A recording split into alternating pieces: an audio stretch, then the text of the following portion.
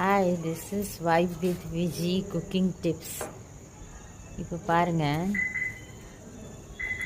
நம்ம கடலை மிட்டாய் செய்வோம்ல, கடலை பர்ஃபி. அப்போ கடலையெல்லாம் வறுத்துட்டு நம்ம பாகு காய்ச்சும் போது இந்த மாதிரி இருக்கும்.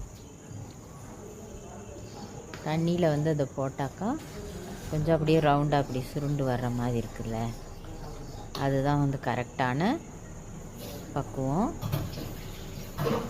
இப்போ ஒரு கப்பு கடலைக்கு ஒரு கப்பு வெல்லம் போட்டிருக்காங்க. இதே பண்ணலை, தண்ணியை ஊற்றாமல் அந்த வெல்லம் அப்படியே சுருண்டு வரணும். அது மாதிரி வந்துச்சுன்னாக்கா நம்ம கடலையை போட்டுக்கலாம். ஸோ இது வைப் வித்